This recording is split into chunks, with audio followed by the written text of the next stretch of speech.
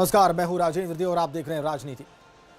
गलवान घाटी में भारतीय सैनिकों की शहादत पर पूरे देश में गुस्सा है। जगह जगह प्रदर्शन हुए हैं। विपक्ष ने भी शहादत पर बदले की बात की है और सरकार के साथ होने का दावा किया है। इस देश का, भारत का हर आमो खास चीन की हरकतों से गुस्से में है और अब की बार आर पार की बात कह रहा है। सेना में भी गुस्सा है। विदेश मंत्रालय भी यह साफ कर चुका है कि चीन ने जमीनी हकीकत को बदलने की साजिश की है।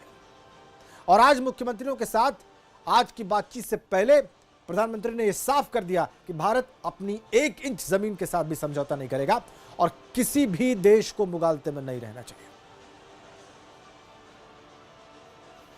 किसी को भी जरा भी भ्रम या संदेह नहीं होना चाहिए। भारत शांति चाहता है, लेकिन भारत उकसाने पर हर हाल में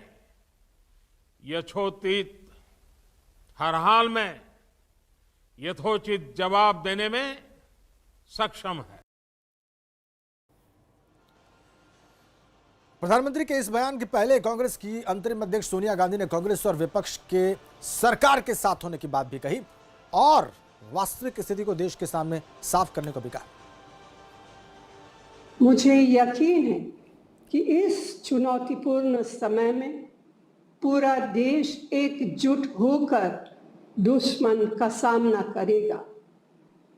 मैं प्रधानमंत्री से भी आग्रह करती हूं कि वे देश के सामने आए और संकट की इस घड़ी में सत्य और तथ्यों के आधार पर देश को भरोसा दिलाए।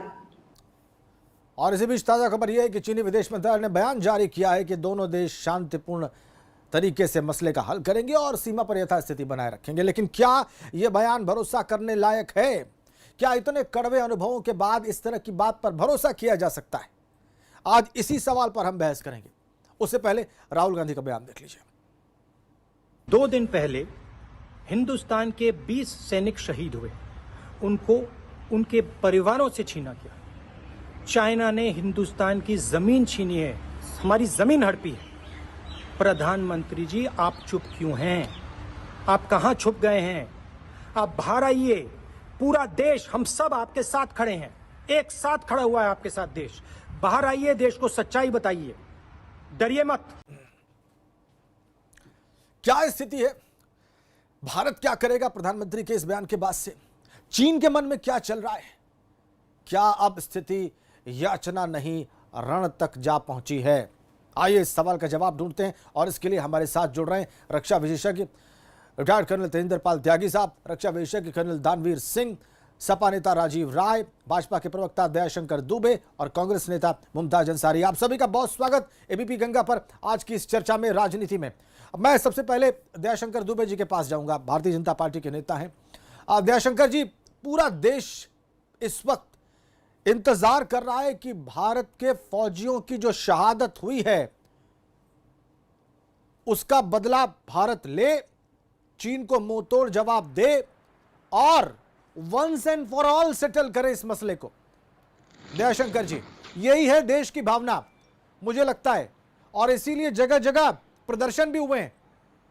क्या आपको भी लगता है कि यही भावना है? और अगर यही भावना है तो इस भावना का सम्मान कैसे होने जा रहा है?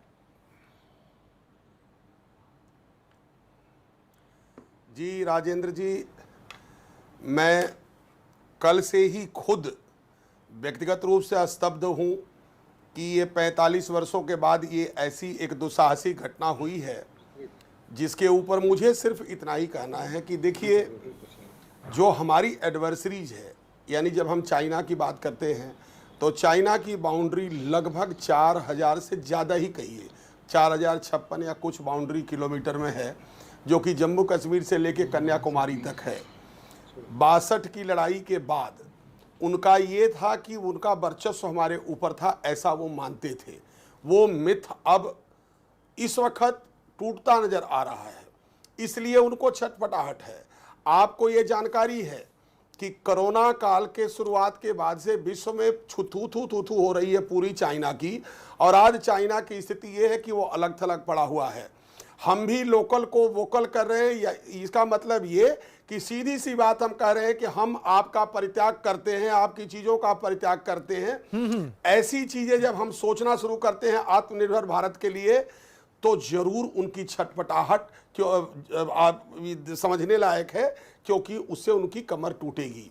अब बात दो है कि इंडियन आर्मी का जो कैरेक्टर है, जो चरित्र है, वो हमेशा चरित्र स्ट्रेट फॉरवर्ड रहा है। हम लोग सहिष्णुता में विश्वास करते हैं, लेकिन चीन का जो कैरेक्टर है वो डूबियस पड़ोसी का है, कहता कुछ और है, करता कुछ और है। इसलिए इस विषय पर चर्चा करने से पहले जो हमारे शहीद हुए हैं, 16 बिहार के कमान अधिकारी कर्नल बाबू और पलटन के और बहादुर जवान जो शहीद हुए हैं 20 लोग, मैं उनको श्रद्धांजलि अर्पित करते हुए नमन करता हूं, और उनको सरकार की तरफ से भी और इस देशवासियों की तरफ से, जैसा कि आप आक्रोश कर रहे हैं, आश्वस्त करना चाहता हूं कि प्रभु उनको अपनी आत्मा, अपनी शरण में उनकी आत्मा को शांति प्रदान करें, लेकिन कतई उनको छोड़ा नहीं जाएगा। ये जरूर है कि ये डेमोक्रेटिक कंट्री है, अपने आप डिसीजन नहीं होते हैं, नेतृत्व ईश्वर विचार कर रहा है। कल से आप देख रहे हैं रक्षा मंत्री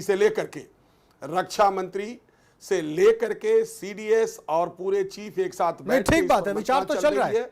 डीजीएमओ में मंत्रणा चल रही है, कूटनीतिक स्तर पर चल रहा है, जो होगा वो सामने आएगा। लेकिन आज का भारत का तेवर बदला हुआ है, इसका कलेवर बदला हुआ है, और हमारी स्थिति मजबूत है, हम उनको जवाब देंगे। जी, कर्नल तेजिंदरपाल त्यागी साहब हमारे साथ हैं। त्यागी जी, आप रक्षा विशेषज्ञ हैं, आपके साथ कई मसलों पर इससे पहले भी चर्चा होती रही है। मुझे याद है कि मनमोहन सिंह गवर्नमेंट में भी जब चीन ने इस तरह की हिमाकत की थी, उस वक्त भी हम लोगों ने बहुत सारी बात की थी। आज फिर उससे भी ज्यादा विभत्स दृश्य खड़ा हो गया है गलवान घाटी में, और कुछ नहीं बदला है सर। ये रह कर सामने आता है। जब मोदी जी प्रधानमंत्री बने, देश में राजनीतिक नेतृत्व बदला, चीन के राष्ट्रपति भारत आए, उस वक्त भी सीमा पर यही ड्रामा चल रहा था। लेकिन कल तो हद हो गई है, कल तो बिल्कुल हद हो गई है। सारे देश का खून खौल रहा है इस वक्त, और इसमें मुझे लगता है कि शायद अब कोई राजनीतिक मतभेद भी नहीं है, सब एक सुर में यहां पर बात कर रहे हैं गुस्से में। त्यागी साहब, क्या होना चाहिए, क्या मुमकिन है? राजेंद्र जी, 21 जवानों की शहादत के बाद भी अगर चीन के साथ मामला बातचीत करके सुलझा लिया गया, तो हम समझते हैं कि ये देश और इतिहास के साथ नाइंसाफी होगी। चीन के तिलस्म को तोड़ने के लिए सबसे ज्यादा उपयुक्त समय अब है जी। उसके कारण है 3। पहला कारण तो ये कि चीन का सिपाही एक सीजन्ड सोल्जर नहीं है। 1962 के बाद उन्होंने कोई बड़ा युद्ध नहीं लड़ा है। दूसरा, चीन का सिपाही एक पार्टी का सिपाही है जो वॉलंटरी नहीं है। हिंदुस्तान का सिपाही अपनी मर्जी से जाता है फौज में, और वहां वो पार्टी में भर्ती कर देते हैं। लिहाजा चीन के सिपाही का मुकाबला भारत के सिपाही से नहीं किया जा सकता। और तीसरा सबसे इंपॉर्टेंट कारण ये कि माउंटेन्स के अंदर, मैं इंडियन ओशन या साउथ चाइना सी की बात नहीं कर रहा, पहाड़ों में जो हिंदुस्तान की फौज है उसका जो तजुर्बा है और उसकी जो ख्याति है, उसका समानांतर चीन तो छोड़िए पूरी दुनिया में नहीं है। लिहाजा लद्दाख के एरिया में अगर टैक्टिकल कमांडर्स को पूरी स्वतंत्रता दी जाए, तो निश्चित है कि हम एग्रेसिव आक्रामक पोस्चर अपनाकर चीन के तिलिस्म को तोड़ सकते हैं। ये ताकत हमारे पास है और हमें इसका इस्तेमाल करना चाहिए। इस वक्त इससे बढ़िया और कोई दूसरा रास्ता नहीं है। तो त्यागी साहब, आपने तीन कारण बताए। त्यागी साहब, आपने 3 बड़े कारण बताए, मुझे लगता है सबको समझ में आए। तो क्या प्राइम मिनिस्टर जब आज ये कह रहे थे शाम को चीफ मिनिस्टर से बातचीत से ठीक पहले कि 1-1 इंच जमीन का हिसाब लिया जाएगा और यथोचित जवाब दिया जाएगा, तो वो इसी ओर इशारा कर रहे थे त्यागी जी? बिल्कुल बिल्कुल इसी के ऊपर था। और एक बात और समझ लें, चीन के साथ इस समय पूरी दुनिया में नॉर्थ कोरिया और पाकिस्तान के अलावा कोई दूसरा देश नहीं है, और हिंदुस्तान के साथ पूरी दुनिया है। ऐसे समय में हमें फ्लिकर करने की आवश्यकता नहीं है। अब हमें, और खास तौर पे तब जब चीन का विदेश मंत्री कहता है कि गलवान हमारा है। गलवान तो अनडिस्प्यूटेड था, जो आज तक अनडिस्प्यूटेड था, आज वो कहता है हमारा है। 2010 में कहा था अरुणाचल हमारा है, और 2020 में पिछले महीने कहा था कि सिक्किम हमारा है। तो फिर ऐसे तो सब कुछ चाइना का है।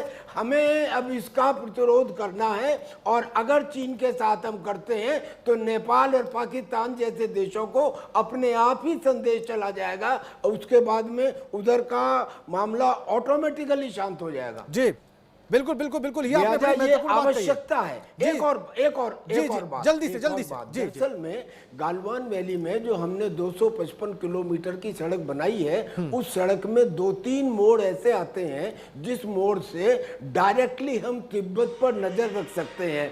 और जो दौलत बेग ओल्डी है वो एकदम सियाचिन के नीचे है। चाइना और पाकिस्तान की ये प्लान बन रही है कि एक तरफ से पाकिस्तान और एक तरफ से चाइना ये सियाचिन के क्षेत्र को कब्जा लें। वो भी तत्सम पाकिस्तान और चाइना का टू फ्रंट का भी टूट जाएगा अगर हम इस समय अपनी बात के ऊपर अडिग रहे तो। बहुत महत्वपूर्ण बात। राजीव राय हमारे साथ हैं, समाजवादी पार्टी के नेता। राजीव राय, क्या आपकी पार्टी सरकार के इस तरह के किसी भी कदम में जिसको चीन को सबक सिखाना कहा जा सकता है, अग्रेशन कहा जा सकता है भारतीय फौजों का, उसमें आप साथ हैं किसी इफ और बट के बगैर उससे आगे बढ़कर? राजेंद्र जी, जब देश से बड़ा राजनीति और राजनीतिक पार्टी नहीं हो सकती, देश की सुरक्षा का सवाल है तो कोई इफ और बट का सवाल ही नहीं पैदा होता है। सवाल ये होता है, दो कर्नल और रक्षा विशेषज्ञ यहाँ हैं, वो लोग मेरी बातों को उनके संज्ञान में लाना चाहूंगा, उनसे जानकारी चाहूंगा। जो कर्नल त्यागी साहब ने बात कहा, आज मुझे बहुत बड़ी वेदना है।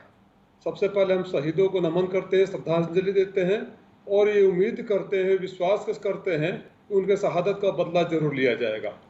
पहली बात, आज सुबह विदेश मंत्री चीन के कहे कि हम अपनी सीमा में हैं, अपनी सीमा में हैं, गलवान घाटी हमारा है, और उन्हें भारत के विदेश मंत्री से यहाँ तक कहने की हिमाकत करी कि आप अपने उन सेना के कर्मचारियों अधिकारियों के खिलाफ कार्रवाई करें जिन्होंने ये हमारे सीमा में आए। वो ये बोल रहा है कि एग्रेशन हमारे तरफ से है। आज मैं शाम से देख रहा हूँ, बीजेपी के मालवीय IT सेल के हेड हैं शहनवाज हुसैन को देखा, ये लोग बोल रहे हैं कि हमारे जमीन पर 1 इंच घुसपैठ नहीं है।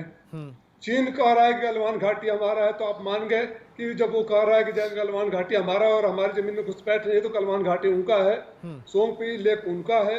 आप चीन की भाषा बोलने लगे। पहली बात, 2-3 सवाल मैं चाहता हूँ सरकार स्पष्ट करे। पहली, कि जब आप कहते हैं कि आपकी जमीन पर 1 इंच घुसपैठ नहीं है, तो चीन के विदेश मंत्री को बात मान रहे हैं। फिर अगर 1 इंच घुसपैठ नहीं है तो हमारे 20 जवान शहीद कहाँ हुए? आप उनको एग्रेसर कर रहे हैं कि चाइना में गए। सरकार कंफ्यूज है। दूसरी बात, कल तक आप कह रहे थे, परसों तक कह रहे थे कि चीन की सेना पीछे हट रही है, चीन की सेना पीछे हट रही है। जब आई नहीं थी तो पीछे कहाँ हट रही है? तो जब सरकार देश को भरोसे में नहीं लेती है तो ये बहुत बड़ी समस्या खड़ी हो जाती है। ये जो भारतीय जनता पार्टी 19 तारीख को बुलाया तो है, सर्वदलीय मीटिंग बुलाई है। 19 तारीख को प्रधानमंत्री ने सर्वदलीय मीटिंग बुलाई है। आप पूछे तो मैं बता रहा हूं, और ये बात हमारे जो पार्टी के राष्ट्रीय अध्यक्ष बात करेंगे तो वो भी कहेंगे। और मैं आज की बात हुई, आज की घटनाक्रम में पूछ रहा हूं, अगर ये लोग भारतीय जनता पार्टी के ऑफिशियल स्पोक्समैन आकर कहते हैं कि कब्जा नहीं है, ये बात ठीक है, मैं सवाल अभी रखता हूं सामने। ये बात ठीक है राय साहब, आपका सवाल अभी सामने जा रहा है। देश से माफी मांगे, ये मेरे देश के शहीदों का अपमान है। भारतीय जनता पार्टी के प्रवक्ता इसका उत्तर देंगे कि घुसपैठ नहीं हुए। भारतीय जनता पार्टी के प्रवक्ता आपके सवाल का उत्तर देंगे। मुमताज अंसारी भी हैं, विपक्ष की लीडर है, कांग्रेस की नेता है, हमारे साथ है। मुमताज, आप संतुष्ट हैं प्रधानमंत्री के आज शाम के बयान से कि यथोचित जवाब दिया जाएगा, या आपको लगता है कि कुछ अभी भी कंफ्यूजन है, कुछ स्पष्ट नहीं कर रही है सरकार?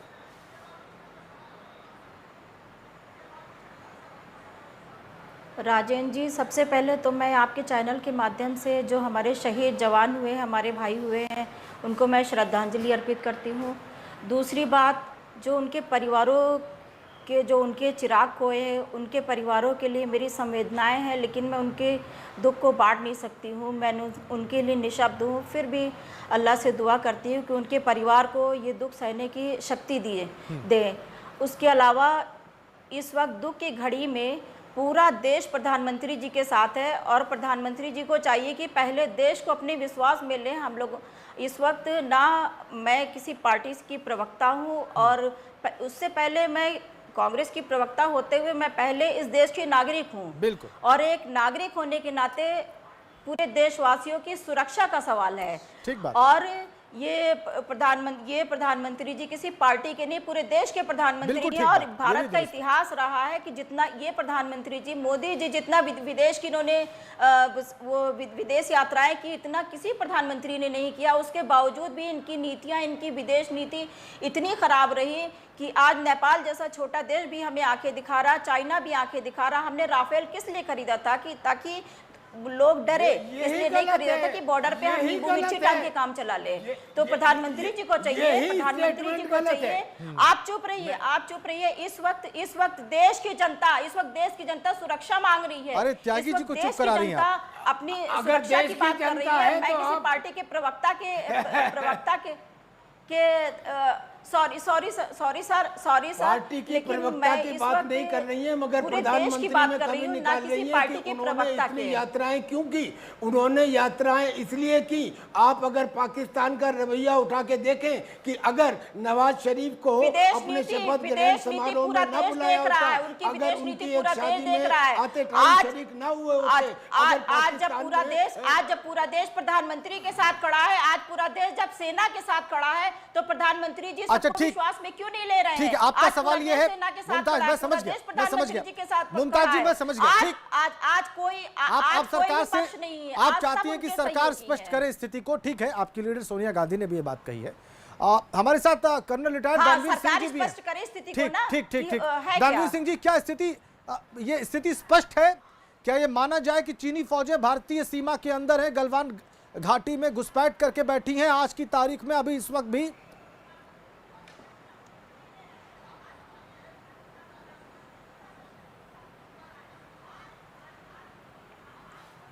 दानवीर सिंह जी,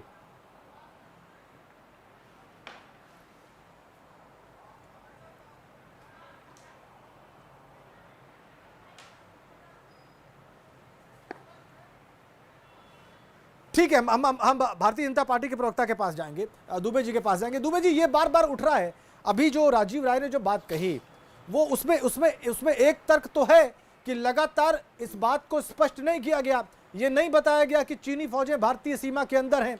अचानक जब कल शहादत की खबर आई तो विदेश मंत्रालय और विदेश मंत्री ये कहते हैं कि तंबू गाड़ने की भारतीय सीमा में कोशिश है, चीन की फौजें नक्शा बदलना चाहती हैं, जमीन की हकीकत बदलना चाहती हैं। इसके पहले 45 दिन में तो ऐसी कोई बात नहीं कही गई देश के सामने। इसको आप कैसे देखते हैं और क्या कहेंगे इस पर आप? राजेंद्र जी, अगला सवाल ज्यादा महत्वपूर्ण था।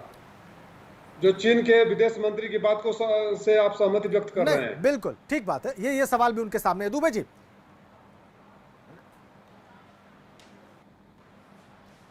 जी, राय साहब को मैं सुन रहा था। ये नैरेटिव भी गलत है राजेंद्र जी। बाद में जवाब भी देना चाहूंगा। एक मिनट में त्यागी साहब आ रहा हूं आपके पास, जरा दुबे जी की बात पूरी सुन लेते हैं। राजेंद्र जी, जी दुबे जी, मैं आग्रह करूंगा कि बेशक 3 मिनट देना हो तो 2 ही मिनट आप दें। हाँ दुबे साहब, बोलिए आप, बिल्कुल बोलिए और इंटरप्टेड बोलिए आप जी। इस सवाल थोड़ी सी संभल के हम लोग बात करें और आत्म संयम से बात करें। मेरा आग्रह होगा अंसारी मैडम से भी, चाहे प्रवक्ता हो चाहे नागरिक की हैसियत से हो, लेकिन हर चीज़ के लिए डांट मारना जरूरी नहीं है। मैं तो मुंह भी नहीं खोला, लेकिन अब त्यागी सर की बातों पर आपने मुझे ही डांट मार दिया। पहले ही से आप नाराज हैं मेरे से, तो मैं आपका अभिवादन करते हुए अपनी बात रखना चाहूँगा। सॉरी सर, मैंने राजीव भाई 2-3 बातें आपने सॉरी रखी बोला तो उसके लिए nothing, no issue, Dubey ji, सवाल का जवाब समय कम है। जनरली अरे सवाल का जवाब दुबे साहब, let us mean the business. Yes, Rajendra, let us mean the business. Rajiv, what you are saying कि पारदर्शिता नहीं है, मैं आपको स्पष्ट बात करना चाहूँगा कि आर्मी के यहाँ दो बैठे हैं, दानवीर भी बैठे हैं, कर्नल दानवीर हैं और त्यागी सर हैं। लोग जानते हैं कि कुछ एक चीज़ें जो होती हैं सामरिक विषयों की, उसको मिनट टू मिनट खोला नहीं जाता। लेकिन at the nutshell if you see, जब रात को जो घटना घटी है उसकी सुबह जैसे ही हमारी मीडिया बहुत प्रखर है, मीडिया ने सूचना लाई, उसके बाद तत्काल गृह मंत्री जा करके मिले हैं अपने प्रधानमंत्री से, रक्षा मंत्री अपने सीडीएस को बुला करके अपने चीफ के साथ बैठ करके बात किए हैं इसके ऊपर। दूसरी तरफ मैं कल नरसिम्हन जी की बात सुन रहा था, जो कि नेशनल सिक्योरिटी एडवाइजरी बोर्ड के सदस्य हैं, वो ऑलरेडी डिप्लोमेटिक चैनल खुला हुआ है, वहाँ काम चल रहा है। देखिए, हमारा हिंदुस्तान कभी भी एडवेंचरस नहीं है एंड वी डोंट वांट कि विस्तारवादी नीति के तहत हम किसी पर हमला करें।